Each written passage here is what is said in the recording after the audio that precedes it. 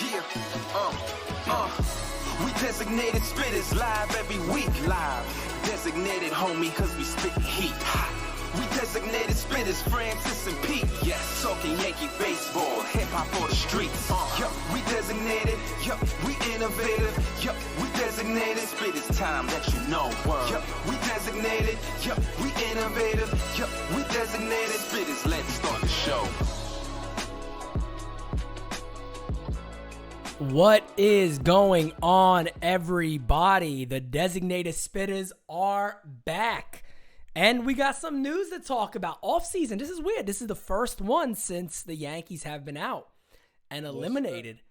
And yeah, here we are. We actually got some news. I was actually going to sing that, I think it was the Boy George song. Do you really want to hurt me? You really want to hurt me. I was going to come in immediately on song and start singing that, but I was going to be like, that'd be kind of weird, man. Francis, I'm going to be like, what the hell is this dude doing? Nah, I would have let it go. I would have let it rock. Why not? So what I mean by that, folks, is that the Yankees have made some changes. We don't have the ultimate change, I guess, that I know that I'm looking for, but our good friend Phil Nevin, Marcus Timms, and PJ Pilteri, the assistant hitting coach, and third base coach are all gone. Yep. So, yeah, So little coaching staff shakeup. a little something. Little something. You hear guys like Kay and other people on Twitter saying they're just trying to throw something to the fans. Me personally, I don't necessarily think that this is fan service because, I mean, the fans want Boone's head on a stick. If anything, fans, a lot of fans want Boone and Cashman's heads on a stick. Yeah. So getting rid of Phil Nevin or Timms or PJ, that's not really going to move the needle for the fan base. Not at all. Not I at don't all. think we're doing that. Yeah, I don't think that those moves are fan service. I think it's weird. It's weird. Like initially I saw them and I probably reacted like most people and I was just like, who cares? Like it's not really going to change anything. But as of late, I've been feeling a little more optimistic. And You have been? yeah, I have. Wow. It's very weird. It's very weird. Everything I hear is not to be optimistic about, and we'll Exactly. get into all that. Yeah, no, and we haven't. To be honest, I haven't heard anything that's like telling me like, oh, like this is a good move. Like, I just think the first moves that we've seen, getting rid of Nevin, okay, good, because yeah, Nevin was obviously terrible as a third base coach. Also, he was Boone's right hand, and Boone. Anybody who's in line with Boone's mentality for me is like Apparently, one of his best friends too. By the way, not good. Yeah, they said that they're best friends, Yeah. which is nice. I mean, maybe they should go and coach somewhere else together. I don't know. go to San Diego together. I mean, why not? The Padres are dying to have them, apparently. Apparently, everybody is. Apparently, Boone is a top managerial candidate that teams are lining up for. You know what though, and it's crazy because like I actually agree with that. Why? Because there's a lot of stupidity around the league, in the sense that people are going to say, well, this guy handled New York really well. Yeah, that's true. He didn't have a losing season. They were a playoff team. He sat out there in front of the media every day. If he could do that, he could probably do this job in his sleep, kind of thing. So yeah, if there's teams that are looking for a guy just to stand in front of cameras and regurgitate the organization's nonsense week after week, Boone probably is their guy. Now, if you're looking to win, if you're looking for a manager that's going to like push your team over the hump, he's definitely not that guy. And I think it's clear that now the Yankees, I don't know, let's not say that they've realized it because I feel like they've always known that he wasn't that guy. But making the moves that they made, right? Getting rid of Nevin, getting rid of Timms, getting rid of the assistant PJ, the assistant hitting coach, and then now saying that what they want to bring in is somebody who could be the yin to Aaron Boone's yang, is like, okay, so you realize that's not going to do it. So you realize that, yeah, he could be a nice guy, he could be whatever, but it's like he can't hold the players accountable, and he's not really like which is like, so bad. Yeah, it's so bad. It's just so weird to me. Like if you realize that he's missing something, right? As a manager, why not find a manager who has what he's missing, right? Why not just say like, no, we'll get somebody like to balance off with Aaron Boone, right? We'll get somebody who can be the bad cop to Aaron Boone's good cop. And it's like, why are we playing good cop, bad cop in the Yankees dugout? That's my question. Like, why not just get the guy who's going to be the manager? I don't know. But the reason I'm optimistic is because them even saying that they need to hold players accountable is different. And I think because we're so upset about how this season ended and about, the fact that it looks like Boone is going to come back and maybe on more than 1 year since they're taking so long to negotiate it. God, no. I mean, who knows? But it seems like that. I mean, it does. I said the same thing in my video. It does seem like it's if it's negotiations, and it's taking longer than I think what even some people actually expected already. Yeah. Then it's probably has a lot to do with how many years it is, and whatever it is, guys. I'll tell you right now, if it's 2 years, 3 years, 4 years, 1 year, whatever that amount is, the span the Yankees are not going to win the World Series in. And I'm just keeping it real. I'm going to keep my same energy. My energy's not going to leave. I'm not going to all of a sudden say, hey, maybe we signed this guy, we'll be okay. They're never going to win with this manager. They're never going to win with this manager. It's the worst mentality you could possibly have as a leader. And the Yankees are openly admitting it. They're coming right out, and they're saying, hey, look, we know he doesn't do the right job. We know he doesn't hold the players accountable. We got to get somebody who comes in and does it. It's terrible. Like, if I'm Boone right now, I'm like, you know what? Screw this. I don't want this job. Yeah, but this is what I'm saying. Is like this is the mystery and everything, right? If you're Aaron Boone at this point, how do you willingly come back to this I don't know. situation? I've been saying it, right? All year. I don't get it. Yeah. I don't get it. Got rid of your best friend. Basically made you the fall guy for the entire organization's, thought process around how this team should play. He's the one who's taking more shots than anybody, and I've been pretty adamant in saying it all year. I know that 85% of this doesn't even come from his brain, because if one thing is true, like Ozzie Jr. says, Boone is a baseball guy. He comes from a baseball lineage. He knows the game, has a very high IQ for the game. Those are actually all facts. Right, of course. But the stuff that he's done as a manager here is just cockamamie, and it's like it begs the question, like, who the hell is pulling the strings? Like, and he's the one who's taking the fall for it. And that's what shocks me. He's taking the fall for it. He hasn't spoken out. He hasn't stood up in front of any camera, any microphone, and said, hey, look, I did this because, this is what Cashman and Hal want or whatever. Afterman, Randy Levine, he doesn't name drop nobody. Yep. He just wears it. And to me, it's like, how could you have done that for 3 years? Now they're literally, saying, it's out there in the media, it's out there in public, it's all over Twitter, that they're looking for somebody to balance you out in the dugout. Like, they're further, like, not only did you allow them to make you look like the bad guy to the media and to the public, now you're letting them further that narrative by saying, no, we have to find somebody who balances what Booney already brings to the table. They're just further making it look like Aaron Boone is the biggest problem here. And it's like, no, like, that's my thing. Is like, I'm not stupid. I'm not stupid. I don't sell myself any dreams or fantasies that this team has underperformed the way that they have for 3 years solely because of Aaron Boone, because that's not true. That's not true. Right. I think the biggest proponent that happened after 2017 and Girardi's departure was Cashman said, I'm taking the reins.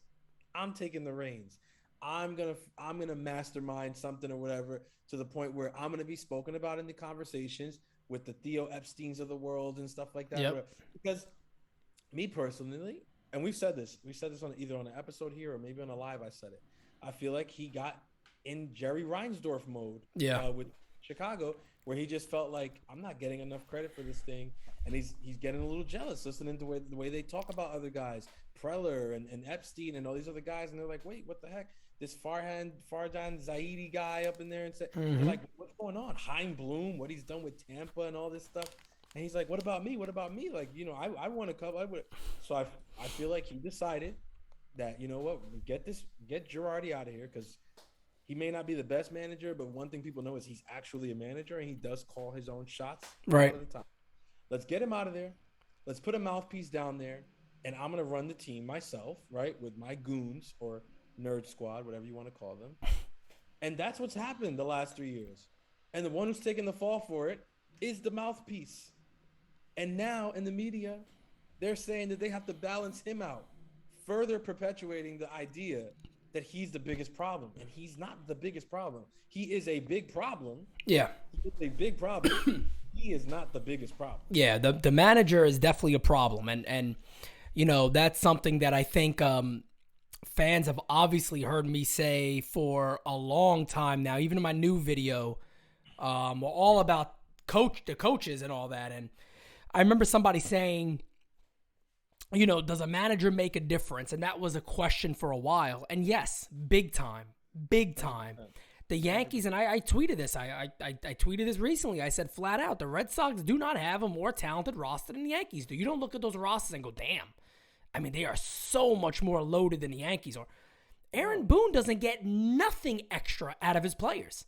And I said it since May. And again, I said this on the video. It's not even me bragging about it. It's so friggin' obvious. It's like a glaring beam on the field that everybody's like, what is that shining over? Oh, that's Aaron Boone's weakness that nobody wants to talk about. That's exactly what that is. That is the weakness of the manager that nobody wants to talk about. I even said it. That's why I got mad when I listened to CC's podcast with Ryan Rucco. CC's sitting there, what is it? What is the problem? What is the problem? We know there's a problem. The team doesn't look this. What is the problem? It's Boone, see? It's obvious. You guys don't want to say it. Why don't you want to say it? Michael Kay doesn't want to say it. Everyone in the world's going at bat for this dude. They'll make the dumbest excuse that any normal fan would say, well, that typically falls on the manager. And these cats are terrified to say Aaron Boone. They refuse to do it. I think, and I could be wrong, but the fact is, when I listen to CC talk, when I listen to Michael Kay talk, when I listen to pretty much anybody, Rucco, Jack, Jack Flat, no, not Jack Flat. What am I talking about? Why am I blanking on this guy's name? Anyway, whatever. From the Yes Network. Jack Curry? Jack Curry. Like, you went with Jack Flaherty. You put them together. I said John Flaherty and Jack Curry. Like, when I listen to all of them talk, and they talk about Boone and whatever like that, they will be critical, right? But they'll never go too far, right? And then the people who are outside, like CC and your K's, they'll go a little bit farther, but even then, they will go to a certain extent. And I feel like ultimately it boils down to the fact that everyone knows that he's not really the one calling the shots. Right. The one who's really calling the shots is Cash God. And they don't want to say his name. Why they don't want to say his name? Well, all of them have their reasons. CC Sabathia is still affiliated with the New York Yankees. He's an advisor. He's paid by the New York Yankees till this very day. It doesn't behoove him to come out there and be openly critical about Brian Cashman and the moves that he's made in regards to baseball operations. Michael Kay, he could be as critical as Aaron Boone as he wants to be, because Boone is the manager of the team that he's covering not just he loves as Aaron a Boone. play-by-play guy, but he's covering on the radio. He could eviscerate Boone on the radio and probably nothing would happen. But I think the thing is, he knows, like a lot of people know, that Boone is not the one responsible calling these shots. His biggest flaw is he allows it to happen. Exactly. He doesn't come out and stand in front of it and say, hey, these aren't my choices. That's my problem. That's always been my problem. And then also, too, I mean, at the end of the day, I don't know what the motivating part has to do with Cashman, because I don't think that's Cashman. That can't be Cashman. That's up to him. To me, that's a different. That's all on Aaron Boone. 100%. Like, and, it's even worse because, like you said earlier, there got to come a certain point where even the weakest and the most non-confrontational person would step up and raise his hand back. All right, enough is enough. Like, I'm not doing this. Like, think about it now for an example, right? Let's say, I don't know, I'll throw any damn name out there. I don't know. Let's say Rob Thompson, former Yankee bench coach. I'm not saying he's going to be the bench coach. I just want a name out there that's not like a real managerial candidate. Just a Rob Thompson, let's say, becomes the bench coach. We know the comments that the Yankees said about him, about Boone. Yeah. what are we going to say if the Yankees actually start winning and guys are starting to be benched? Oh, well, at least the real manager stepped up. Yeah. That's going to be talked next year now because this information is out there now and it's leaked out there that they need an enforcer. They are openly admitting that, hey, we do need an enforcer because look, this guy is too friendly with the guys. And he's basically, somebody said it. I think it was CeCe said it, I think, on the podcast. One of them did. I don't want to say that because I'm not 100% sure. But I remember somebody saying that. It might have been Judge. One of them said he's like another guy on the team. That he's like a player. He's not a coach. They see him as like another player on the team. Well, no, Judge, I think came out in Boone's defense right after the season was over. Yeah. And he said something to that. It might have been Judge then. And I'm just like, that's not a manager though. You don't win with that. You don't win with that. You need structure. Yeah, but my whole thing is like, you can be friendly with your players and still be their boss. Well, how friendly are they if they show you a lack of disrespect? A lack of respect. That's what bothers me. As a manager, so Aaron Boone is so caught up with having good relationships with guys and things like that. You can still do that and call people out. Of course. Like, to me, Alex Cora, and I know people probably are tired at this point of me bringing up Alex Cora or Kevin Cash, but it's like, these guys are real managers. No doubt. And I look at these guys and they have relationships with their players. Yep. There's no doubt about it. Yeah. You see Alex Cora in the dugout chopping it up with JD Martinez, Rafi Devers, Kike Hernandez, Bobby Dahlbeck, all these guys. They're talking, they're having conversation. He's on the field before the game. He's on the field after the game. He's there at practice. They have relationships. This is not a manager who is isolated, who puts himself on an island away from his players. Yep. He's just as visible and accessible as it seems Boone is. So what's the disconnect? What's the difference? Well, the difference is he does that, and yet the same guy that he was bullshitting with before the game and chummy with, if that guy doesn't run out a ground ball in the 7th inning of a blowout loss, he's going to go up to that same guy that he was bullshitting with before the game and call him out and hold him accountable. Yep. Whereas Boone doesn't feel like he can do that and still salvage the friendship. That's Boone's problem. That is not a Cashman problem. Only the fact that Cashman probably knew that Boone was like this and hired him because he didn't care. That's where the blame falls on him. But the actual action is Boone. He's the one who doesn't hold players accountable. And to me, that's why I'm saying, like, that feeling of optimism that I've had that is random right now in Yankee Twitter and Yankee world right now, the reason that it's there is simply because of that one little statement that they put out that lets you know that they realize that is not going to work. It's not going to work. You can't just win with with management and with leadership that's friends with everybody. You need to have a guy who's going to be the bad cop. If you want to call it bad cop, if you want to call it the yin to someone's yang, the uni to someone's corneos, whatever you want to call it, but the Yankees actually admitted this week in the public what we all knew and have been saying that until they realize that, this team goes nowhere. That is a reason for optimism, because if they realize that means that they're realizing other things. True. Here's my concern, though. But we have to see if it actually comes to fruition, though. The person who is putting a lot of that out there, making these changes, has he looked himself in the mirror yet? Probably not. That's scary. That's the key here. It's what I've been saying all year. We've been saying this all year. Boone could be out at the end of the year. Boone could still be out right now. Say it doesn't work out. Say from tonight to tomorrow morning, Boone grows a pair of balls and decides, wait, no, I'm not doing this. Like, you're not going to find somebody to balance me out and make me look like the bad guy all these years when this was your philosophy in the first place. Screw you guys. I'm going to say. Or making his friends look like the bad guy. Yeah, not just that too, because as quiet as it's kept, people vilified Phil Nevin. People attacked Phil Nevin. Yep. People blame Phil Nevin for the 22 outs at home this year. It is common knowledge. So Yankee fans, hear me and hear me good.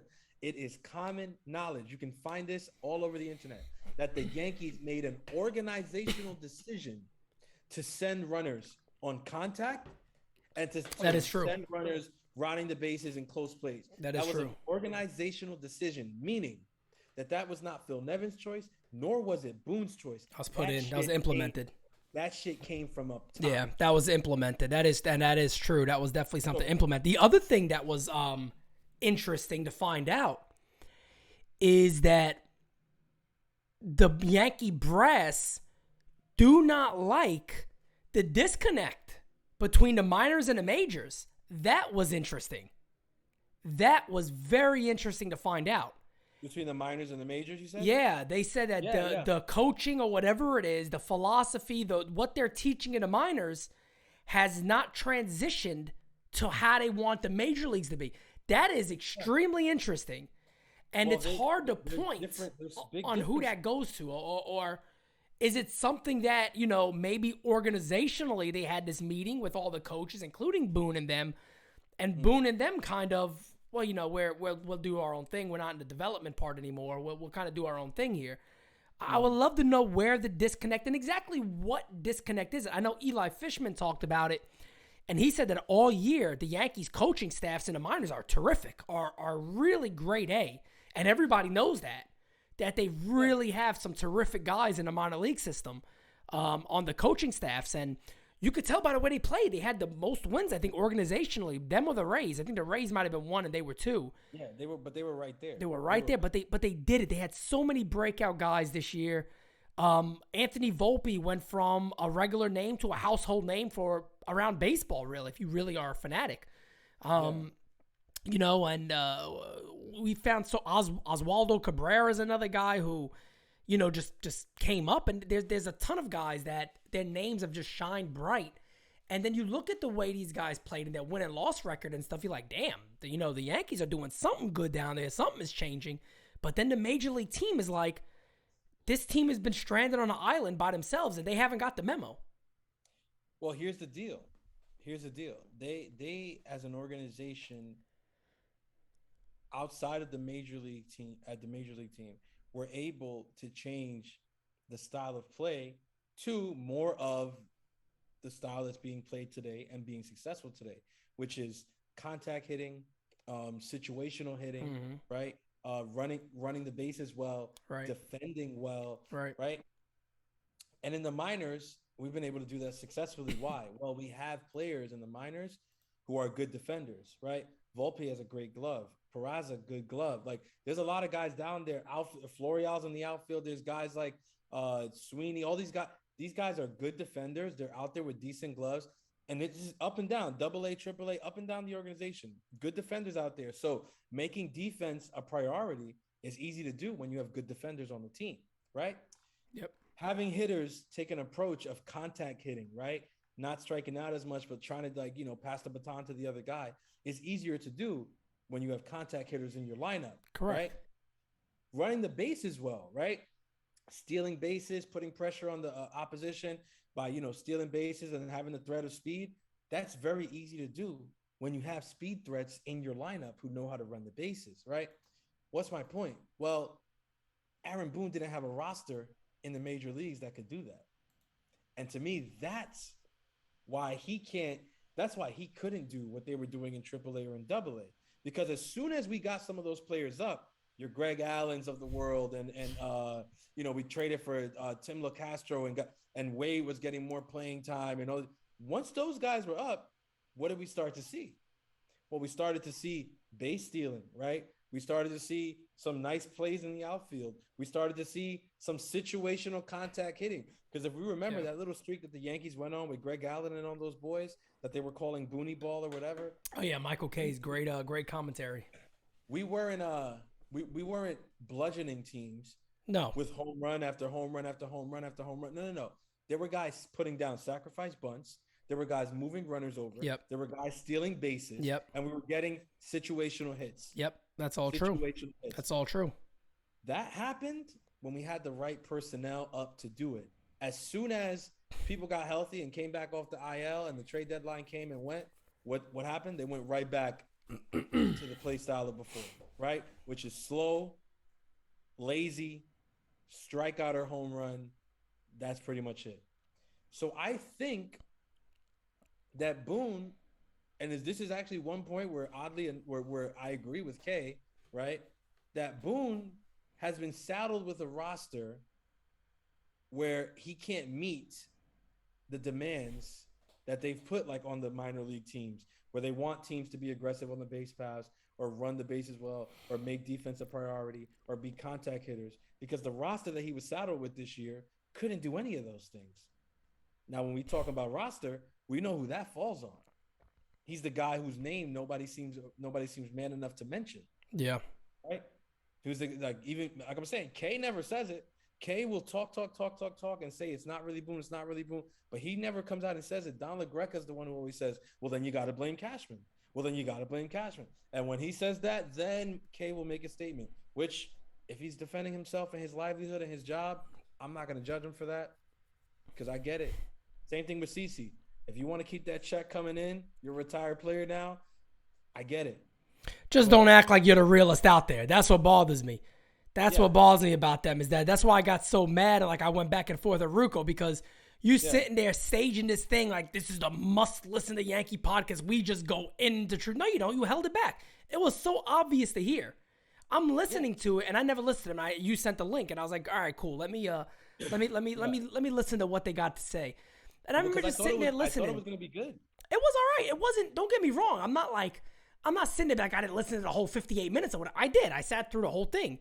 But it's just hilarious to me to hear some of these guys talk and they'll start with, well, he's a really nice guy. And I do not want to criticize a nice guy. My man, what are you talking about? What does that got to do with anything? And I know I've already had this rant, so I don't want to do the rant again. You guys know how I feel about that. But my whole thing too, like just to go back to what you were saying about not, playing in a certain way. I did a video when that stuff came out and I looked at the Yankees roster and I said, they actually could have played to a degree of moving runners over, bunting guys. For an example, I remember their top 15 at-bat guys to have plate appearances. 13 or so of those guys, might have been maybe 11, 12, were definitely guys that you could move runners over, you could bunt, you could do some things with. For an example, Brett Gardner, I think, had the fifth most at-bats all year, and he had like one sack bunt. The same thing with Gleyber Torres. Gleyber Torres all year was a trash can. I guess they probably were like, we don't want him bunting. That was probably the legitimate reason that we don't want him to bunt because, we kind of hold him up on a pedestal higher than anybody ever. So we need this guy to be who we think he is. We don't want to bunt these guys over. But he did start stealing bases later in the year too. That wasn't something that he did early on. That was more of a later in the year thing. So I'm not discrediting that. But what I'm saying is when your team is going so bad, as a manager, you have to be able to click immediately and go, well, we got to change it up. We got to start doing things we've never done before. And they refuse to do that all year long. That's what bothers me more than that. And they also refuse to call guys up all year long. Until, the only big move they made, if you remember, through the deadline, before the deadline, was they traded for Odor. And he's not a guy that's coming over that we're going to say, okay, he'll move runners over. He hits for contact. He's speedy. None of that stuff, really. So they were hoping to find his power again. Right. And I mean, so yeah, there's a lot of blame to go around. We all know that. It's nice to see that they acknowledge that there needs to be a yin to his yang, a uni to his corneos. We know that needs to happen. And my whole thing, again, is just how many years is it going to be? Cashman's never going to admit his wrongdoing. He's never going to want to sit there and say Boone wasn't the right manager. He's never going to want to do that. And who knows how much longer Cashman's going to be a part of this club. I mean, yeah, he has the 1 year left, but where it stands right now, we haven't seen changes made in his department. We haven't seen changes made in the analytical side of things, the Fishman's. Why is Fishman even here? Our analytics apparently are not on par with everybody else's. Well, why is Fishman here? I was asking somebody recently, I was like, it's interesting, right? Because another department that obviously needs shaking up outside of the coaching department is our analytics department. But we don't see anything happening there. But here's the thing. We didn't see anything happening when they signed these guys. That's true. We didn't even know about it. When they contracted Fishman, we didn't know. Remember, we just found out about him recently. We didn't know his freaking name until this year because shit was going so bad. They had to put a name out there. Yeah. So they put a name out there, but we didn't know his name until this year. So what does that mean? Well, that means that the same way that they put this crack team together, they could be remodeling it and dismantling it and like I hope so. adding guys and moving guys without us even knowing. And the reason that would be is because a lot of people say it's strategy. And I'm like, okay, I get it. Because I was thinking about it and it's true. Do I know any of the names of the Rays analytics people? No. Do I know any of the names of Houston's analytical people? No. No. Never did. Do I know the guy in Boston? I don't know any of them, right? It's strategy. They don't put these guys' names out there because they don't want them to be poached. Right. If you start giving them publicity, now you gotta compete. Yep. Like when Brent Strom started going crazy with the pitchers in Houston, like his notoriety went through the roof. That guy retired. But if it would have been a thing where he still was in the market, like to continue working in dugouts, he would have had teams lined up out the freaking door. Oh yeah. Trying to get his services. Definitely. I was crazy about the guy. I was like, yo, whatever it is that he's doing, like they just look better when they get there. That's right. Mean, Cole, that's right. Frankie, like Verlander, like he revived careers, and like then the young kids that were coming up were looking really good, or Kitty and all these guys. I'm like, geez, Louis, like what is this guy doing? And then all the pitchers were name dropping him. They were like, oh, Brent Strom, well Strom. Yep.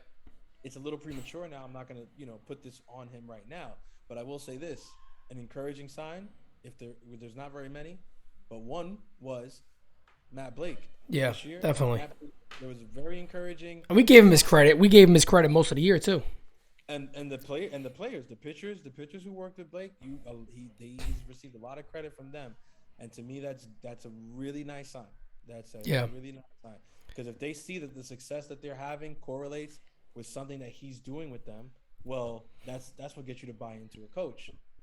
Now, I don't know. Like I said, it's all.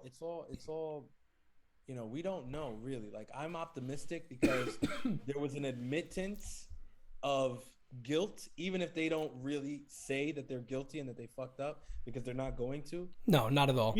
If we're not stupid, we read between the lines. If you're saying that you need to find a yin to Aaron Boone's yang, then you're admitting that his yang isn't enough. That's right. And that's all I've been saying for years. Like he is not it. You've been saying for years they're never going to win with this guy as manager. Why?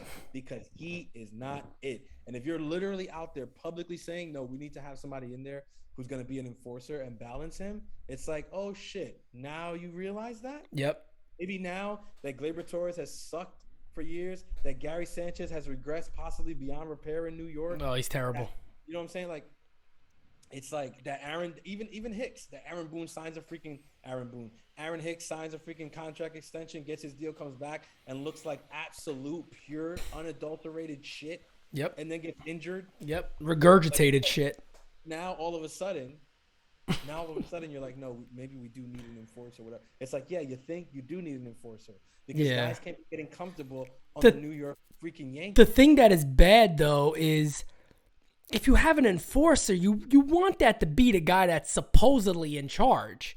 That's the thing that kind of gets me, because then it rubs off wrong on, then you might have a dynamic in there that just doesn't work. It's like having Larry Boa be the bench coach, and it's like, Larry, hey, you're the hound dog, bro. You go out there and you let them know what's up.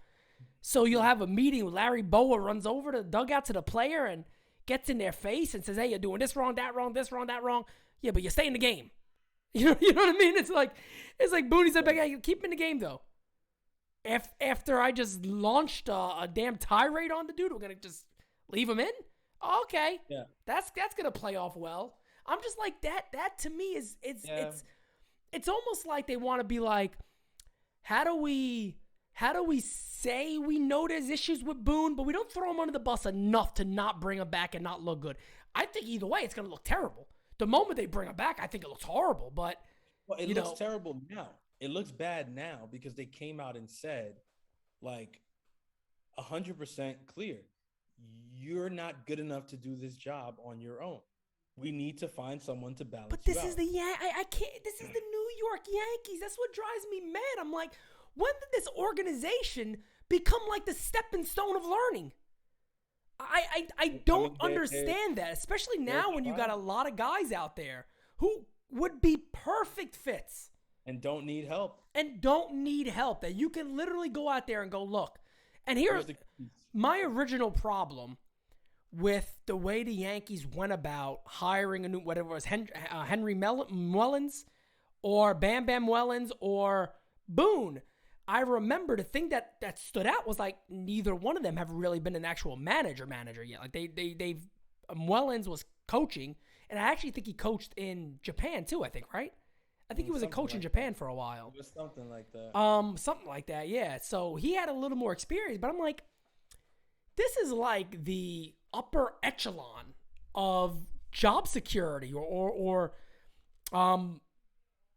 career highs in that field.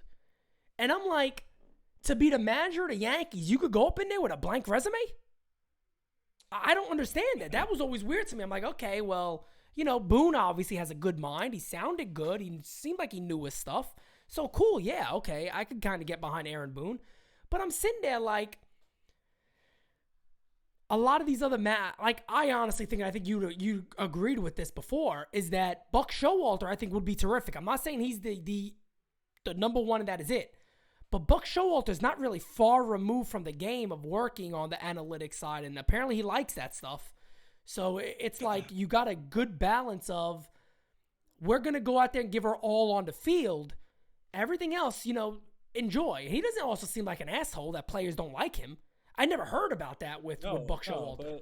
But he's gonna hold players accountable. And that's what they need, though. I feel like Buck Showalter is the perfect guy. He does feel very perfect. I agree. When it comes to what we're looking for this season, yeah. You did. You were on Buck Showalter for a while, and I mean, I agree with you. I would do anything to get a guy like Bruce Bochy out of retirement. I mean, I don't know if that's possible, but I guess, hey, when you're the Yankees and you're carrying over a club like, you could sit there and look at the guy and be like, look, we'll give you 3 years. We expect to win in one of these 3 years. And we are coming to you because we think you'll put us over. You'll do it. We think you will do it. Because, yes, there is an issue here last year. You see some of the players we have, nobody got anything out of them. They kind of just went on that field, played baseball. Didn't matter what happened. They could have looked like the biggest pieces of trash that ever lived. They were still allowed to go out there and do their thing. We need somebody that's going to sit there and go, Gary, look, that was the worst play in Major League history. Take your stuff off, go sit in the back and shower. You're not playing no more today. And well consider when you're playing again. Get out of here. And people sit there like, oh, do you need to talk to grown men like that? Yeah, of course they do. Of course they do. It's Major League Baseball. Yes, they're going to tell them if they... Grown men who are playing a child's game, yeah. Yeah, you're damn right, exactly. They're not sitting there telling them, look, you can't pay your rent this week. Sorry. Yeah, this is a game that we're talking about. So yeah, there's gonna be times where you're gonna get chewed out or berated because it's a game, and and tensions are high in baseball. Yeah, it's like, and you're gunning for the. And again, look, this didn't happen in April. These guys were doing this stuff September and October, the last few games of the year, and nobody cared. Nobody cared. I remember my eyes being glued on the dugout. Like, all right, come on, Boone. You could do it. You could do it. Ah, man, he won't do it. Yeah, no. There were at-bats in the wild card game where, you look at, the dugout and you're just like, yeah, nobody's gonna pull this guy's side. Nobody's gonna say anything. And it's like, to me, that's the problem. Like, you got to talk. You got to talk. You got to communicate. You got to do. If you look at the Yankee season this year, it's very obvious. Like, the players who had good seasons are the players who don't need a manager. Right. They want to do good themselves. Yeah. Aaron Judge doesn't need to be motivated. Not Aaron at all. Judge, he motivates himself. Yep, that's right. Carlos Stanton motivates Same himself. Thing. Yep. Anthony Rizzo, he motivates himself. Okay. He's been there, done that. They don't need a manager. They don't need a manager. Not at all. They motivate themselves. That's why they are the great players that they are. Garrett Cole doesn't need a manager. No. He doesn't need a manager, right? They put Boone there because they thought that what the team needed more than a manager was a life coach. Was a friend. They hired him and said, we're going to put this life coach in the dugout, and he's going to bring out the most because he's going to motivate these guys. And he brought out the least of them. But you got to realize this is Major League Baseball. And these guys need to be motivated by something other than a life coach. They need to be motivated by championships, by winning, by championship DNA, by freaking hustle, by heart, and all that stuff. Like, that's not going to happen if you have a life coach in the dugout telling them, hey, man, don't worry, you'll get them next time kind of thing. No, you got to chew some people out. You got to berate some people. And they got to actually want it. The players got to actually want it. Well, that's the thing. Some of them some of them don't care. So And when I I'm watch, sorry. and maybe I you're know the same Stacey way. doesn't like it. When I Yeah. watch Gleyber Torres and Gary Sanchez, I'm so happy we said Gary Sanchez. I'm so happy we said that. Did you see the scouting report on Gary Sanchez after his first year in the Major League? So after the year when he was amazing? And in that scouting report, it questions if he even wants to be there.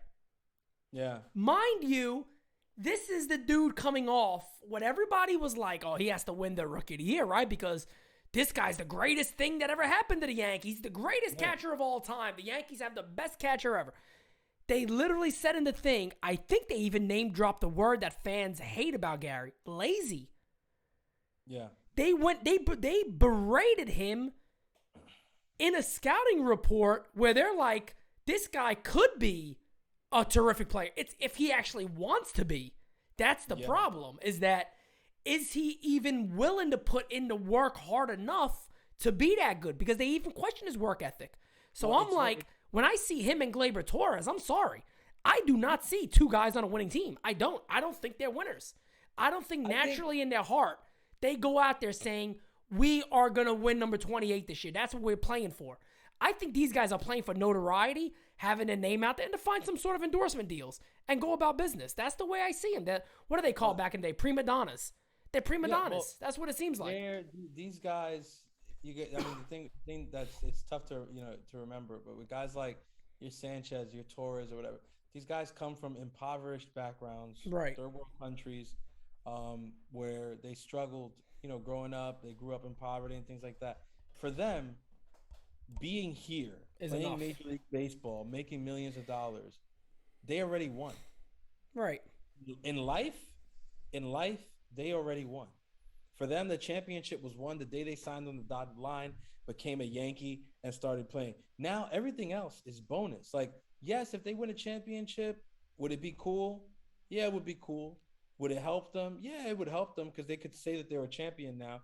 But if they never win a championship either, well, tons of great Hispanic players have come and gone in the majors and never won a championship, and they're still living a good life. This is the mentality of players like Gary Sanchez and Gleyber Torres.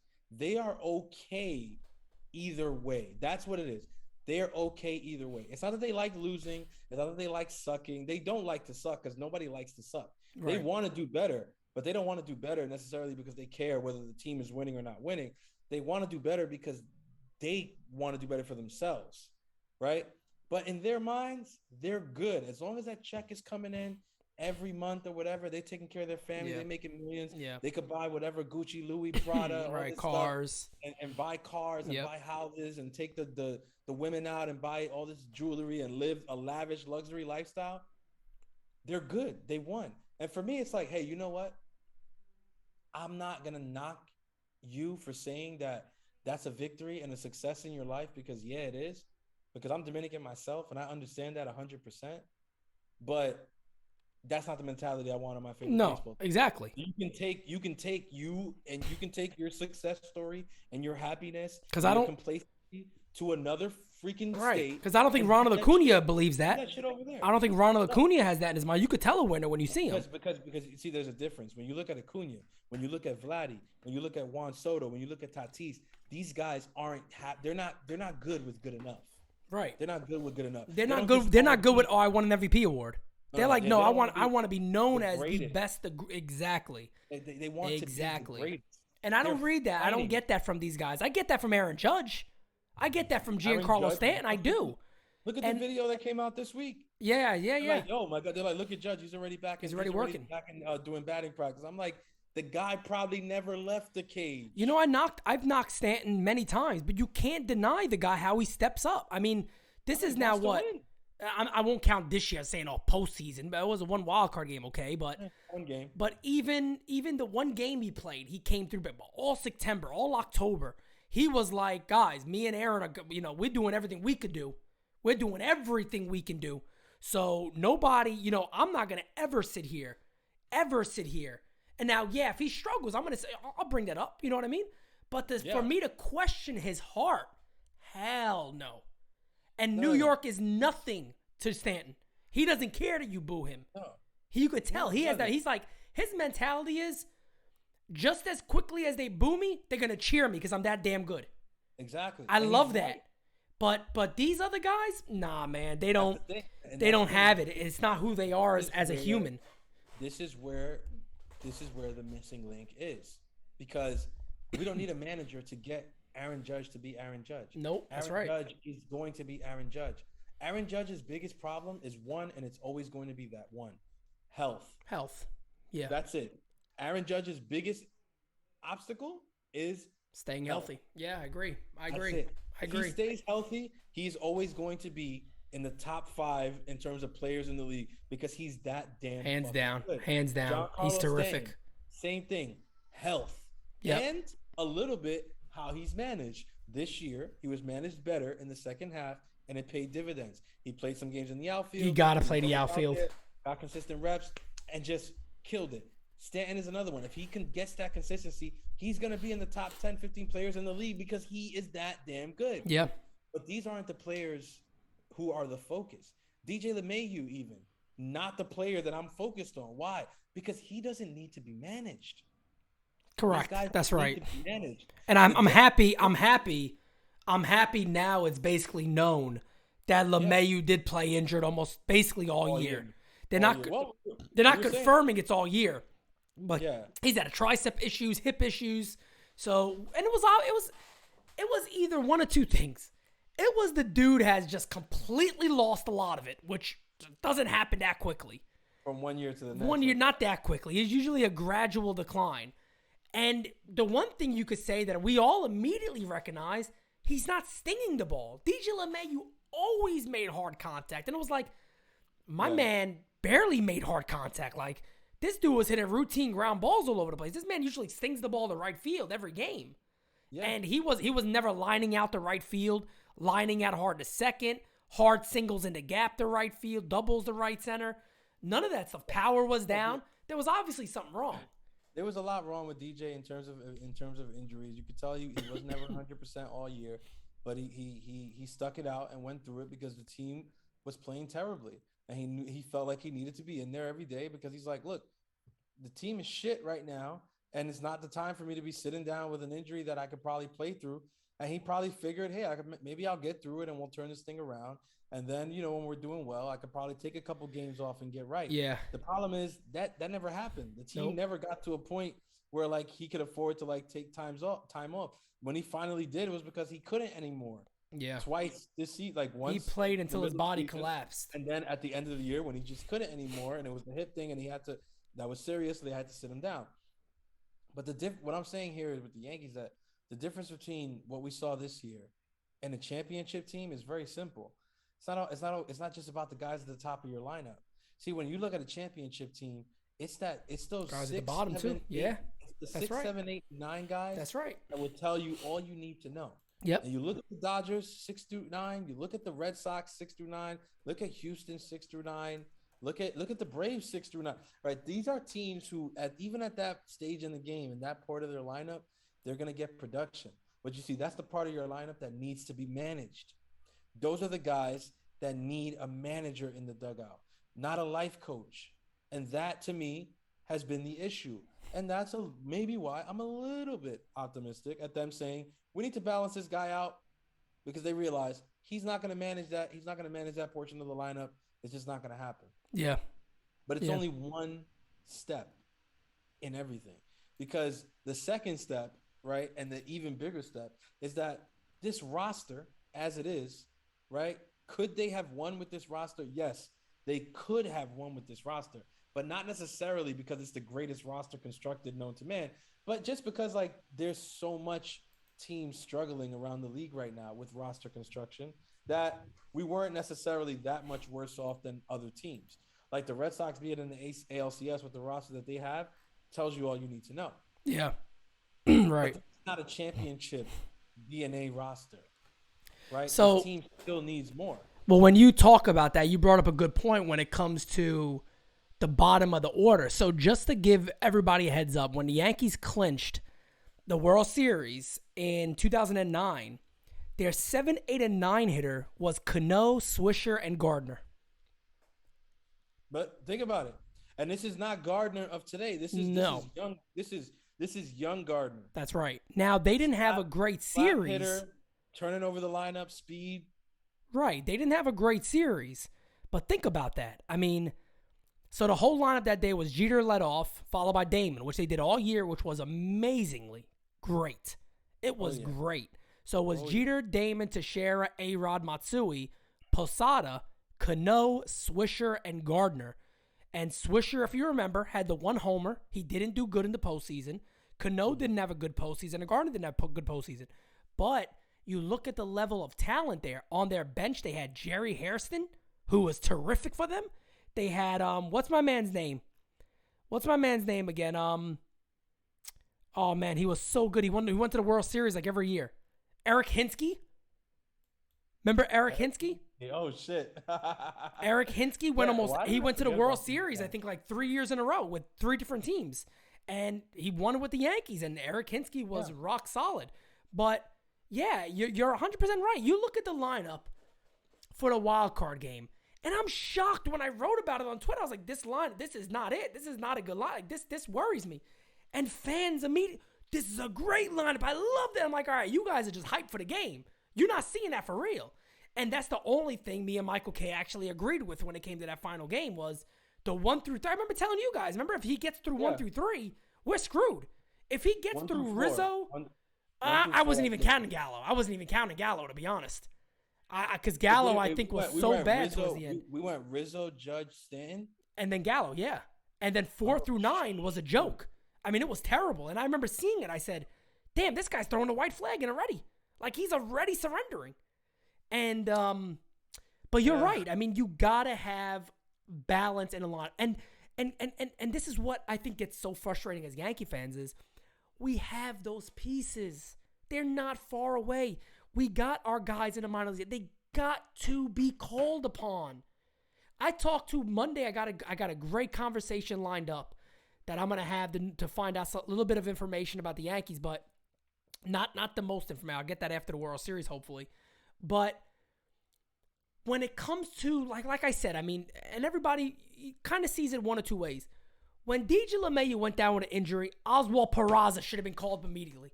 It shouldn't have been, we're going to go with a Vasquez or we're going to go away. No, man, call up your talent. The Rays would have done it. And look where the Rays got to. They didn't beat the Red Sox, but they do it. The Red Sox also do it. Look at Houck, whatever his name is, the pitcher. They move him to the pen, and the guy dominates. They call their young guys up. They're like, oh, they didn't send him back down because they went in the deadline and got Andrew Heaney. We sent down our best pitcher because of Andrew Heaney was here. That's the thing that bothers me is that this team has it. They do. They are not far off. They just refuse to do the obvious. It's like they want to be too smart, and it doesn't work. But I don't even, to be honest, at this point, I don't even necessarily think it's just a matter of calling guys up because, yes, Tampa Bay it's a mix. Does that, and it works for them. But it's like, remember, Tampa Bay does a lot of that out of necessity. Correct. Tampa Bay they can't spend the way that the Yankees can spend. But here's my thing. The Yankees, it's like, yeah, it's a mixture of both. You're right. It's a mixture. You got to call up some guys, but you also got to crack open that wallet this winter. No, I agree. But mid-season, sometimes that's not possible. So it would I'm saying, the situation with Peraza. We're talking about two different things. No. I agree with you 100%. Yeah. Definitely, they got to use their financial might. They have to. When you're on the go, when you're already on the road, correct. You got to call up your guys. No, 100%. Because it was 100%. Obvious who was the best shortstop they had in that moment. Oswald Peraza was. Everybody would have raised their head, like, yeah, Oswald Peraza definitely is, and we called him up for the one game, and he's on the 40-man roster. So what is he doing now? Oh, he's just playing in the playoffs. Get him up here. We're going to the playoffs too. But they didn't do that. I think with the thinking there was just that it was too late. They thought we can't call him up. His first major league game be a wild card game at Fenway Park. It's not fair to him. But it was before that. I'll tell you this. I agree. His first major league, for him to have his debut in a wild card game at Fenway would be disastrous. Not saying he wouldn't do good. For all we know, the guy could have came up, went 4 for 4 with a home run and a double, but he also could have went 0 for 4 with 4 strikeouts. And it's not really the game that you want to do that to a kid. But here's the issue. You don't have a choice. He should have been up playing. He should have. No. I feel like they had a choice. The choice was, DJ's hurt. Right. You knew he was hurt for weeks. You should have called up. But DJ missed. He didn't just miss the wild card game though. He missed game like a week before that. He missed a week before that, and the week before he missed that week, they were already seeing signs of the injury. Correct. They were already seeing. Correct. So from September 15th, you could have called up Peraza, given him 2 weeks in the majors, the last 2 weeks of the season, no doubt about it, acclimated and get his first hit out of the way, and maybe first home run out of the way, and maybe get a little bit, and then you have him for that wild card game because he's already been up with you for 2 weeks. Yes, it's not that much experience, but it's a lot more than just showing up on wild card day. And at the end of the day, too, in my opinion, I'm sorry that you got to go with your best talent. I don't think the Yankees do a good job of that. They worry too much about, is this guy ready? You're going to see guys in the major leagues. Let me tell you right now, we're already seeing it. You're going to see guys start to skip AAA because everybody knows that is the route to take in Major League Baseball. They want it to be younger. They need infusion of young talent. And there's guys all over.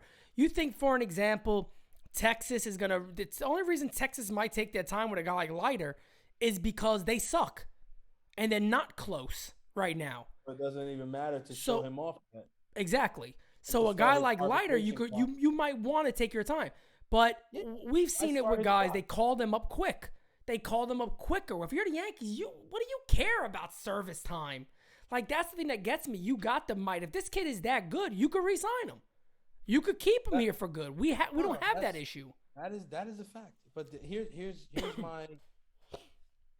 my diagnosis though for the winter. It changed a lot. Like I said, I was like initially. Don't get your hopes up, fam. I'll just tell you right now. Immediately. No, I'm telling you. I mean, who knows? I mean, who knows at the end of the day what they're gonna do? But I'm telling you, there's guys out there, and there's money. They have money to spend.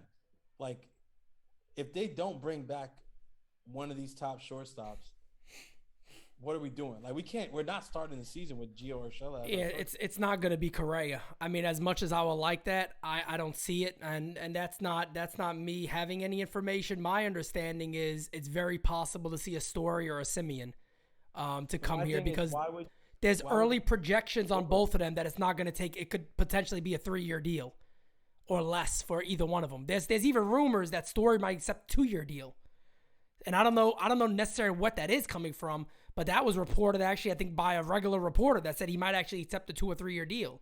And then I heard recently that if the Yankees do target a shortstop, don't expect it to be the big contracts. That a lot of people don't think they're going to go that route.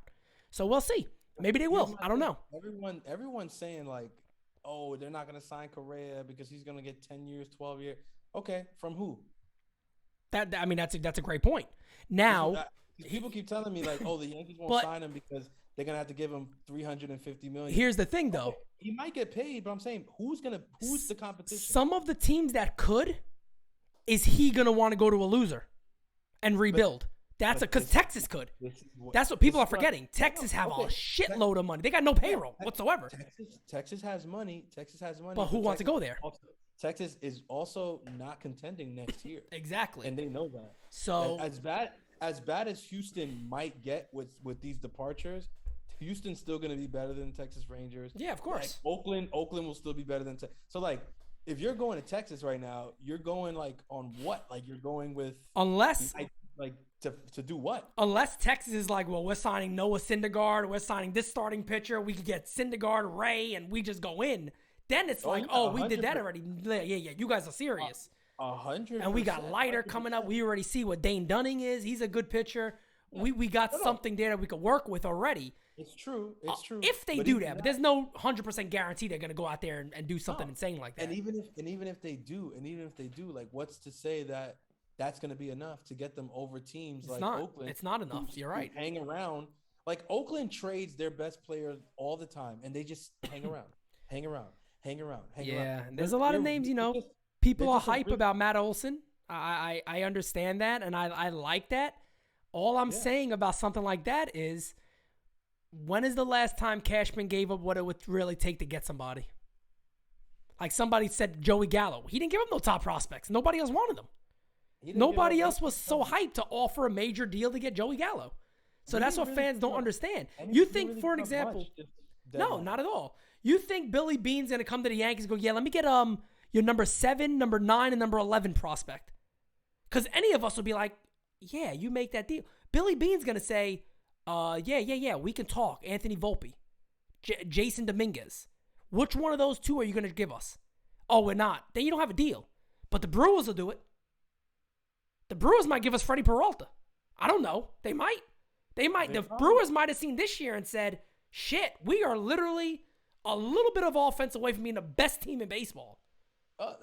We were saying it, and I was saying that's the team the Yankees should talk to because we got a lot of offense. I mean, wouldn't Luke Voit, now that he's going to be a DH, look terrific on the Brewers? That's what I'm saying. Well, Luke Voit is gonna be a big deal.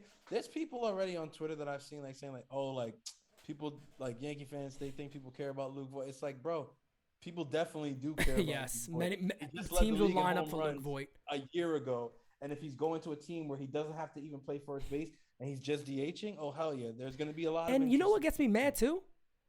People act like his season this year was horrible. It really wasn't that bad. If you give him the at-bats, he has the same year he had the years before. Yeah.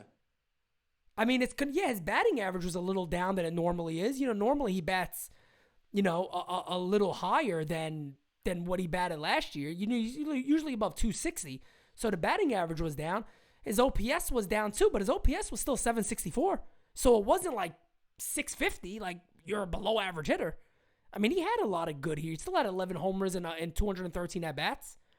So, I mean, it's not the best of Luke Voit, but to sit there and be like, you couldn't even talk to a team right now about trading Luke Voit because nobody will want him. No, that's insane. Yeah, and now that the National League has a DH, is going to have the DH likely? Come on, man. Teams are. If I was a team, I'd want him as a DH. Sign me up. Here's my thing. Is what I'm saying. Like when I look at the outlook, it's like there are reasons to be optimistic. Of course there is, because we're not far off still. We're not. Do I think we're one of the best teams in the league as of right now? No, I don't. Very close. We're not far away. We're very close to doing it. So, Francis, I think you'll agree with me. Before you continue, I want to say this because I think you'll agree with me. The Yankees have a great possibility, right, to either say over the next 3 years or so, we will still contend, or they really do also have a possibility of saying, okay, well, now the Red Sox, Rays, and Jays are all above us. I feel like that's the crossroad they're at right now. Because what if the Jays come out there and they go out there and spend some money? They got it. They go out there and spend some money. They maybe bring Ray back. They bring in Syndergaard maybe. I don't know. I'm just shooting the shit here. But they go out there and make an additional move more than what we do. And then we look at that rotation they already got. Look at the young players they already got. You're saying, damn, the Jays are good. We're not on that level.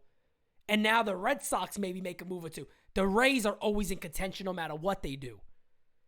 And we go out there and what do we end up adding? We end up maybe trading for a center fielder and we sign a pitcher. That's what I'm saying. I feel like they can't. That's what I'm saying. I was like, what? Like they can't just do that this offseason. Depends on where they want the payroll to be because it's already high. It's already higher than most clubs without any move. I think they're at 219 already without any move. Yeah, so I saw somebody put that tweet out, but that's actually inaccurate because the competitive balance payroll is only 193, which has them almost 20 million. Still about 20 less. Yeah, okay. What the threshold is now. And well, was that projected with arbitration? Exactly. So the one that's 219 it has a bunch of salaries on there that we don't even know if they're going to be picked up because there's like that's the projected payroll.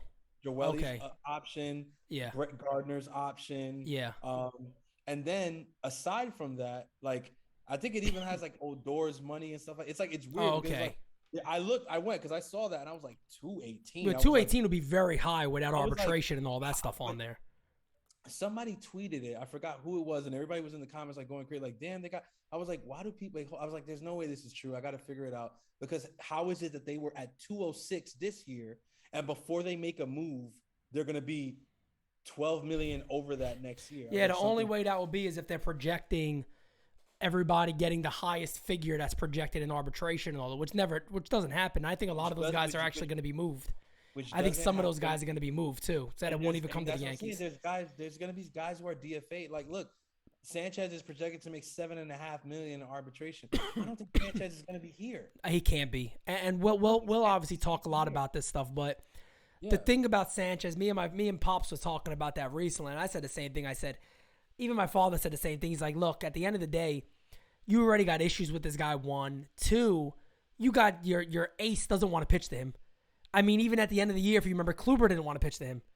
So it's like nobody wants to pitch to this guy. So at the end of the day, guys' agents are going to the Yankees and saying like, our client doesn't want to pitch to this guy. What are you gonna do about it? So I mean, you gotta make a difference. And there's a lot of names out there, so we can do this all day long and talk about names and all that, which we will. We're definitely gonna do that this offseason. I know fans are very hype about what this offseason is gonna entail, but I mean, you got there's certain catchers out there that I would love to see the Yankees go after. One of those names is being Carson Kelly, that I absolutely love. I think Carson Kelly would be a great pickup, but I also think, you can even go low. I think Jacob Stallings would be great for this team. I've said that for a long time. We deal with Pittsburgh a lot.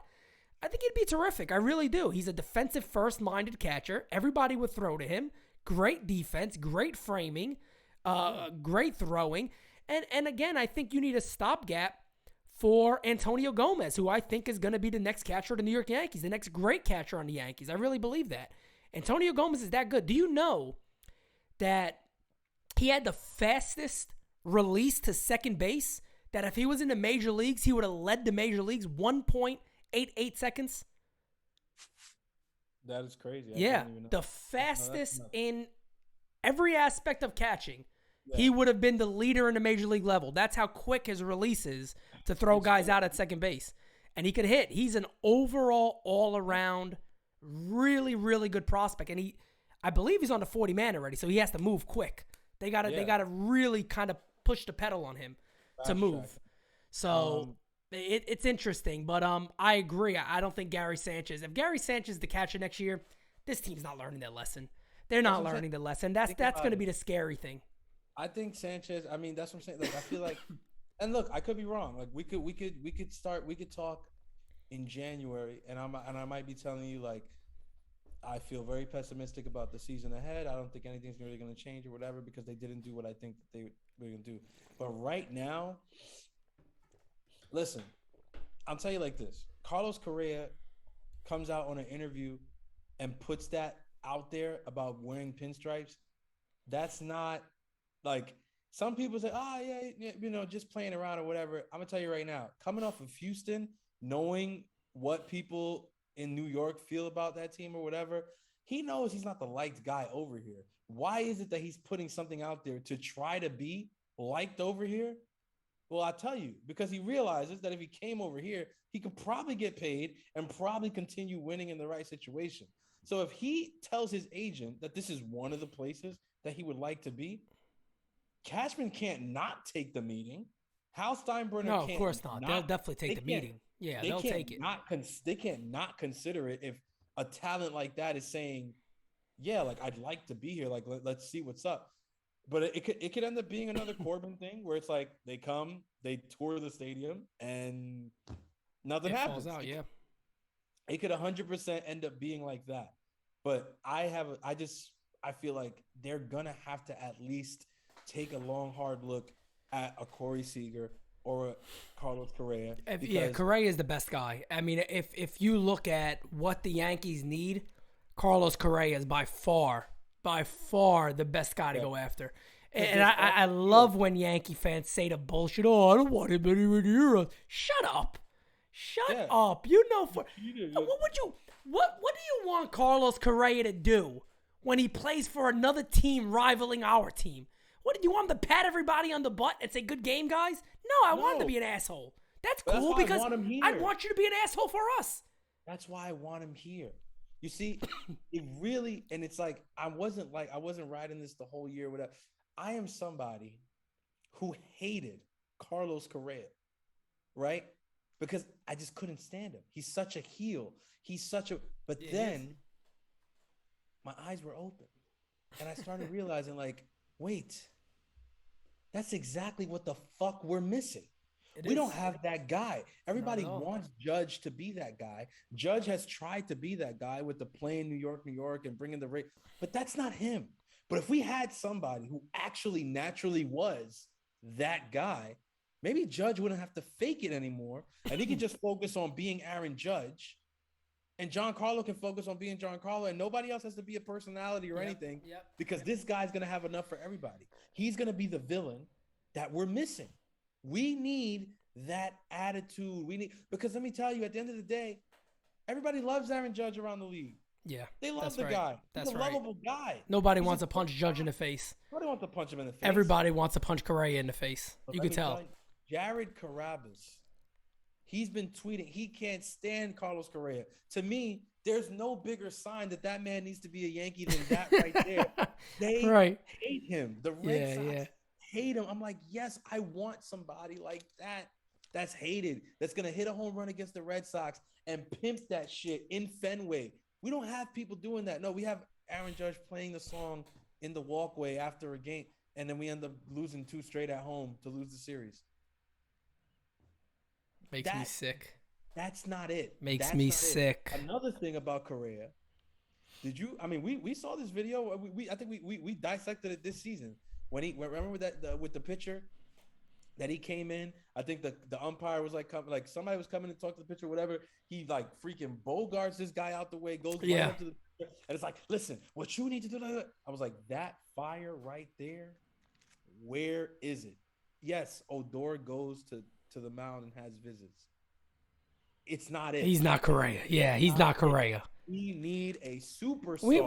We need fire. We do, because it's obvious to see. It's obvious to see. He can't do that. Right. It's very obvious to see. And, that's the cool thing about hearing a little more, too, about Anthony Volpe is that he's apparently like that. Anthony Volpe got thrown out of like 5 games this year. So he's a talkative cat. You know what I mean? He's not I got to be the next Derek Jeter and be quiet and go back to the dugout. No. I don't get my respect that way. Like, I like that. He got that fire in him, and I love that. I love seeing that from players. Good.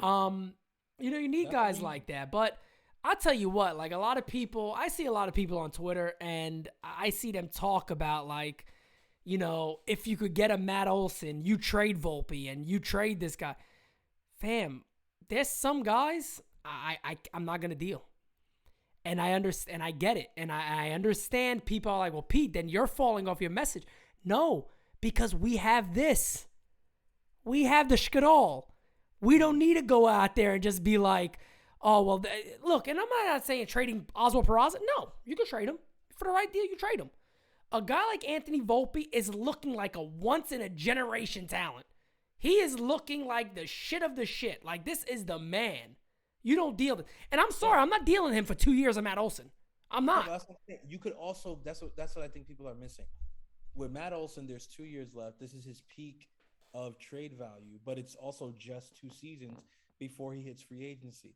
It doesn't necessarily mean that you can't make a Matt Olson trade without Volpe. Exactly. Like, you could make that trade with maybe Peraza and a lot of other pieces. I'm not saying it's not going to hurt, because Peraza, first of all, Peraza does hurt because Peraza is also a really good talent, and somebody who we could use this year. So if you trade him, then you're not going to be able to use him, obviously. And it wouldn't just be Peraza; it would be Peraza plus probably a bunch of other shit. Right. So it's still going to hurt. But just because you take Volpe off the table in a deal like that doesn't mean it doesn't happen. That's what it means to be a GM. And that's what I'm like, and Brian Cashman did it this deadline. So he didn't give up nothing where any of us were like, shit, wow, like he really went there. Like he didn't do that at all. I think the worst guy we lost was Smith. What's his name? The shortstop prospect. Smith. I mean, other than that, it's like there was really nobody there. And Luis Cessa, Cessa was a big one too. To me, him and Cessa were the biggest losses at the trade deadline. And we gave up 6 guys for Gallo or 5? Yeah. So I'm just like, we could make a trade without Volpe, but Volpe's one of those guys. Even if you're the Yankees, you never seen the Dodgers go out there and say we're gonna trade Dustin May, or we're gonna trade what's our dude the lefty that they're starting now that's doing great, does great in the postseason. Urias. You know, you don't go out there and they never. The pitcher. Yeah, the pitcher. They never talked. They never talked about Julio. trading him ever. Yeah, Julio. He was one of the top prospects in baseball for years. They never said we're the Dodgers. No, the Dodgers said he'll be a part of the powerhouse that we're gonna build. There's certain guys that gotta be the part of that powerhouse. Now I'm not saying if I don't know who's one of the top pitchers out there, Bieber or somebody. Do you consider it then? Maybe you consider it then for a guy that's controllable for years to come, and he's an elite pitcher. Maybe that's something you consider. But if it's shit Bieber, you tell me what you want. That's what I'm saying. There's certain guys that they're yes, but a guy that's 2 years eligible, and I get it. I know people are on the Matt Olson kick, and I like Matt Olson, nothing against him. But I think you could get him without dealing a Volpe, without dealing a Jason Dominguez, which I might consider Jason Dominguez. I was about to tell you. Yeah, Jason Dominguez, I might. Some of you fans might kill me. If Dominguez meant Olsen, Dominguez bye. Have fun in Oakland. Not because he's not going to be a good talent. He's not. I think Dominguez is probably going to be pretty freaking good and all that. Whatever. Does he fit the timeline right now? No, he doesn't. Volpe does more. Volpe fits it more than he does. Dominguez is like. He's like for the next generation right now. Yeah, people want to hold on to him. He could be He could be 4 years away. I mean, if you really. I think he's easily 4 years away. Well, with the base running stuff and stuff like that. In my video, we don't know how long that's going to take. 2020, him losing 2020 was bad. Yeah, it wasn't good. Well, when my friend talked to Cashman, one of the things that he actually mentioned right there was that he's very, very raw. Like he hasn't played baseball anywhere. He played it in DR, but he hasn't played professional baseball at all. So there's a lot that this kid doesn't know. And I know that sounds crazy to be like a guy who's been, playing baseball since he's probably 6 or younger than that, doesn't know. There's certain things at the professional level that, of course, you don't know. You got to get it from experience. And, he's going to be there for a while, but Volpe's not far away. Peraza is next year. I mean, Peraza could start, I believe. If they said, they're starting the year with you, they could do it. It just depends on how they want to go about it. Then we also hear that Volpe is going to be a second baseman or a third baseman because they feel like his body's going to grow a lot more into his power. So, which makes sense because the Yankees need to get those numbers out of the hot corners. That's one of the things that we didn't have this year that needs to change. Maybe you move on from Gio. You can still move on from Gio and probably get something decent back. But even if you don't get something too decent back, you get his $5 million off the payroll. Yeah. You get Luke Voigt's. I'd move on from Gio. I've said that before too, just because of the injuries. The injuries with him mount up a lot, and it's hard to come back from some of those. I move him and Voigt simply because that's over $10 million in cap space that I'm freeing up. If I get rid of Gary, that's another $7 million. Now you're talking about 17 on top of the 17 that's already there between us and the luxury tax threshold right now. That's $34 million. And if that threshold goes up to 220 or 230, now you're talking about $50-something million to play with. And we're not even talking about the possibility of moving Chapman. We're not talking about the possibility of moving Green. No. That's what I'm saying. You start adding that up and you get to 40, 55, 60 million in cap space. Oh, yeah. You're not telling me you can't sign a Carlos Correa? The fuck you can't. Of course you can sign him. Of course you can. You can sign him and extend Judge in the same year and still have cap space left over. But here's the beautiful part. Fuck the luxury tax. We just stayed under it this year. If we want to blow through it next year, you can blow through it because all the penalties. And they should. I mean, if you ever, like somebody was joking around, I think it was Joe. And Joe said, fuck it, sign both of them. And I'm like, we usually would. We actually used to. Yeah, we actually used to look at that and go, okay, let's talk to Correa and Sager. Which one of you would be a better third baseman? We got to analyze this. Truly. Which one of you wants to play third? I mean, did we not? Was that not? Look at what we did with A-Rod. We didn't say, well, we got one of the greatest shortstops in franchise history. No. We're not going to get him. We don't need him. We said, that's okay. One of them will move the third base. Bring him over. They want Soria? No problem. Deal. Done. Come on. Get him here. People forget that. People forget that we had Derek Jeter and made a move for Alex Rodriguez. People forget that when they sit there and say, well, why would we move on, and get somebody for third base? We already have Gio Urshela. I'm like, listen, all love to Don Giovanni. I love Don Giovanni. Of course. What's his next guy? I love him too. I do. I'm not going to sit here and talk about him like he's not replaceable and we can't upgrade. Yeah. That's the hot corner. Then you wouldn't be realistic. We wouldn't be realistic if that's the case. We're supposed to be getting production out of there, bro. Look, A-Rod. We put A-Rod at third base. Like, yeah. Gio Urshela is not A-Rod. No. He's not Arenado. No. He's not Chris Bryant. You know what I'm saying? Like, what are we doing? Like, yeah, we need to get production out of the hot corners. We need to get our infield right back. You know what I'm saying? Like, maybe make the move. Put somebody there as a stopgap. Let Volpe come in and assume his position there at third. Already have the shortstop who's going to be there and one of the guys you signed this year. Keep Gleyber at second for all I care. If you got these guys on the left side, I don't give a shit what he's doing at second base. And then don't add Matt Olson at first base. I don't care about Gleyber less. I'll be like, he's still here. I don't even care. Yeah, nobody cares. Let him go ahead and do whatever he's gonna do. Who gives a crap? Let him do what he wants. And guess what? I got a secret to let you in on. If you did remodel the infield that drastically, putting Olsen at first, a Correa at short, and eventually a Volpe at third, let me tell you who benefits the most from that. Gleyber fucking Torres. Yeah, you're right. Gleyber fucking Torres, because now he's hiding behind those other three guys. Gleyber Torres is no longer in the middle of the lineup being asked to freaking, no, he's gonna be batting at the bottom of the lineup, masquerading down there, and probably feasting on pitching again. And it's funny too because there's a lot of different ways you can go. I see so many people kind of jump up and down. It's like, well, if it's not Correa, then we can't really do much. Well, you still could. Like you said, we got so many trade options. But then also, look, what if the Yankees go out there and they go, okay, look, we traded Gio already. We need a third base and we need a shortstop. Gleyber Torres is going nowhere near any of those. He's going to stay at second base. And let's just say, Voigt's gone. And, hey, unfortunately or fortunately, however you want to see it, we signed DJ LeMay to a long-term deal. He's going to be the first baseman because that unfortunately, and I'm hearing that a lot actually, is that's kind of set up for him to play first base. Eventually. Which would make sense. And then you got, 4 or 5 years or whatever it is with him at first. And then, a lot could still happen there. But what if the Yankees go out there and go, all right, we could get somebody at short. Maybe we get Story. Maybe Story can come over on a 3-year deal. Maybe Corey Seager isn't going to cost $250 million. Maybe he costs $180, $160, and we could even extend his contract, right? They've done that before. They've said instead of giving him 7 years, we'll end up giving him 10. The Yankees, they did it with DJ because they know, okay, that kind of breaks it down. They could also front load his contract.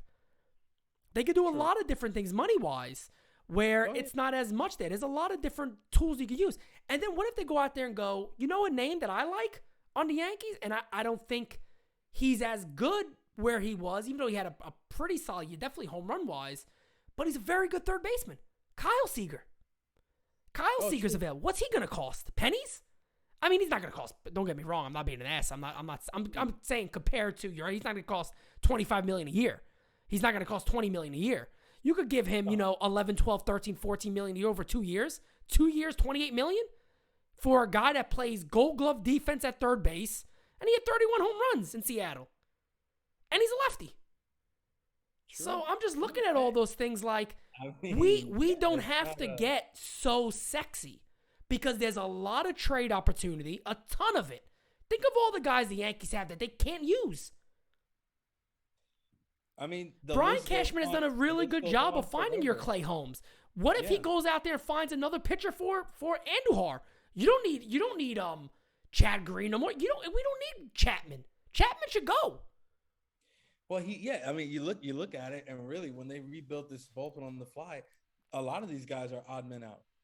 I mean, honestly, the reason that I would keep Green out of Britton, Chapman, and Green is because he's the cheapest. Yeah, and see, look, Francis, I want the fans to understand where me and your mindset is. When you hear us say the cheapest is because we're also understanding that, it is a business. Of course. It is still a business, guys. So we're not going to sit out there and go, because look, if it wasn't, what stops the Yankees from getting Seager and Correa? Well, there's just money. They got it. They make millions. Yeah. Come on. We know that. But we understand there's a realisticness to it. So when we talk about you can move, would the Braves want Chapman? Can we tell the Braves, hey, we'll take $6 million of the deal. We save 12. No problem. Who do we get in return? I don't know. We get your number 10 prospect. I'm down for it. Sign me up. Because you know why? The Yankees have so many arms that can take over a bullpen spot for an inning. And we have the back end already done. Yeah. If you were to tell me next year, well, I mean, the 8-9 guy is Holmes and Loizaga, I'm like, damn, that's what's up. Oh, hell yeah. Why What's not? up? Sign me in. Yeah, let's do it. Sign Good. me up. Good. That's And what you I got wanted to be, Wandy- actually. You got Wandy for the 7th? Or you got Wandy. You got, we got so many arms there. We're not even talking about the guys in the minor leagues. We forgot about your Steven Ridings that are still there. We still got who I freaking love, and I can't believe they just. Well, he got injured too. He got injured too towards the end of the year. Yeah, he did. But it's like, I can't wait. He needs to be back up here next year. But that's my point. Albert Abreu, we got frustrated with him. He probably got tired. But he found a role that worked for him. Oh, no. So you could still see him. We seen Loizaga. Loizaga, before this year, everybody was like, I don't know what his role is anyway. He's not that good. So, and then Loizaga was like, all right, yeah, take it easy, folks. You know, guys come in that quickly. But Luis Heel, you know what I mean? Also, there's a lot of guys there. Give them, you know, the role. That's what I'm saying. The pitching doesn't even, like, I was talking to somebody a couple days ago. It should still be upgraded if it could. Because you never know if you're going to get the same, you know, the same type of outcome. Of course. I feel like if there's an opportunity to sign Robbie Ray, you don't sign. Yeah, you don't not sign him. Of course, you take the freaking opportunity. But if it's like a thing where he goes to another team and it's just like, yeah, he got signed for, you know, a lot of freaking money or whatever, we weren't going to go there. Am I upset at what we're going into next year with? No, because look at what we went into this year with, and look at the output we got. Yeah. That's not necessarily just on the personnel that I'm talking about. It's about the guys that we have in the minors coming up, the fact that I trust Matt Blake at this point in the game, and the fact that we have Garrett Cole at the top of the lineup, and I still believe in him. So, and it's I think it would be a very good thing too for Cole, though, to also have a little competition in his rotation. Because a 1-2 punch of him and Ray, my God. But think about it. His best years were in Houston, playing off of Justin Verlander. That's right. That's right. And I mean, it's important to do that. People don't understand that. I've always said it's important. Push, because right now, after him in our rotation, there's nobody on that level. No, not at all. And I mean, you know, Severino on his best day in his prime, yes, he probably could get there. But we don't know if he's ever going to get there again. No, we don't. We don't know what his workload's going to have to look like next year. That's another thing. I mean, you know, I've seen some people be like, "Oh, he's my ace next year." Man, shut up. Like you don't know what you're first of all, if he became that, second in Cy Young voting this year. Right. And even if Severino came that's the best case scenario. It's probably not going to happen. I'm not saying that he won't be good. But when you're talking about he's the ace ahead of Garrett Cole, that ain't going to happen. That would shock the shit out of me. And that's the wrong mindset to have going into it. It's also the wrong mindset to have and just be like, okay, well, he jumps into rotation, so we're good to go.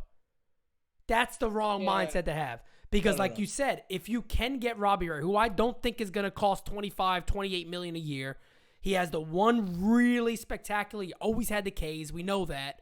We know we can strike guys out. He's the best in baseball history, Ks per 9. That's a hell of a stat. Do we understand how long baseball's been around? And in currently modern day baseball, we have apparently the best strikeout artist ever over names like Randy Johnson, Pedro Martinez, Bob Gibson. I mean, he is the best per 9. That is not me just being like, he's decent at that, right? No, he's the best based off stats. I mean, so I don't think you really you could miss on that. So that's my thing. It's like, this offseason is probably, and I might say this every year, the most important that they're going to have for years to come. Because you're either going to head in the direction of where kind of just riding that slippery slope and we'll see how we do, or you make some terrific trades, you make some big free agent splashes, and you say, guys, buckle up. Because even though Aaron Boone is a shit manager, I don't know how much shit you could run on this club. Because 98 could have ran themselves. Yeah. 2009 probably could have won without Girardi. I think he helped. I do think Girardi helped. Yeah. I think that team was so damn good. That was a team of destiny. They were going to win no matter who was at the helm. Yeah, that team was so damn good.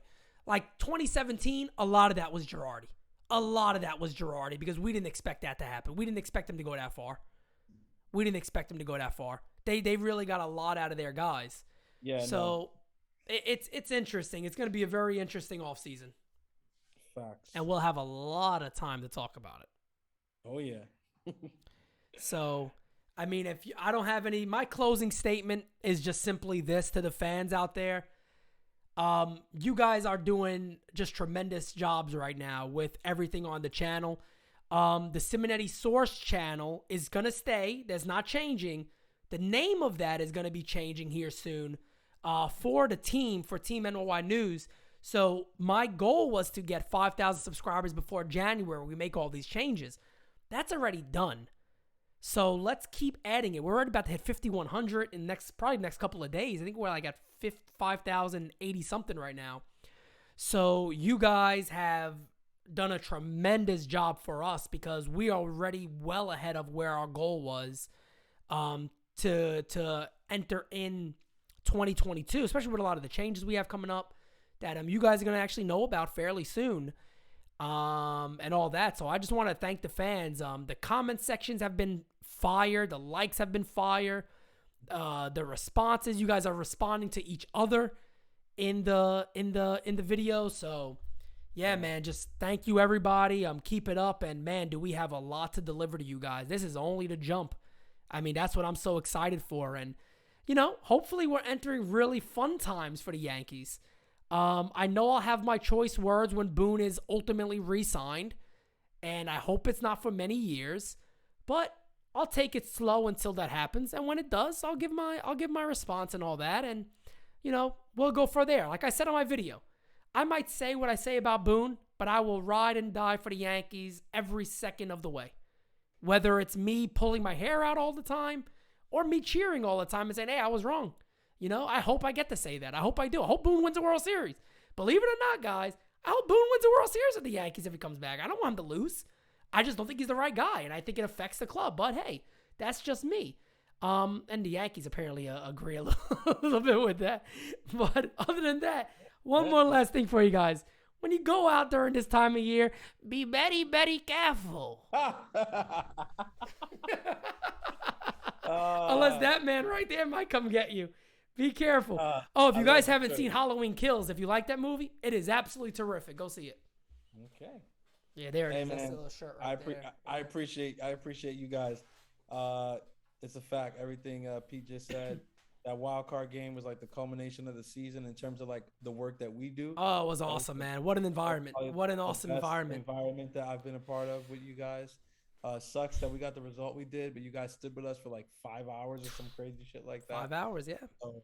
That was amazing. And yeah, I mean, we got a lot of stuff coming in January.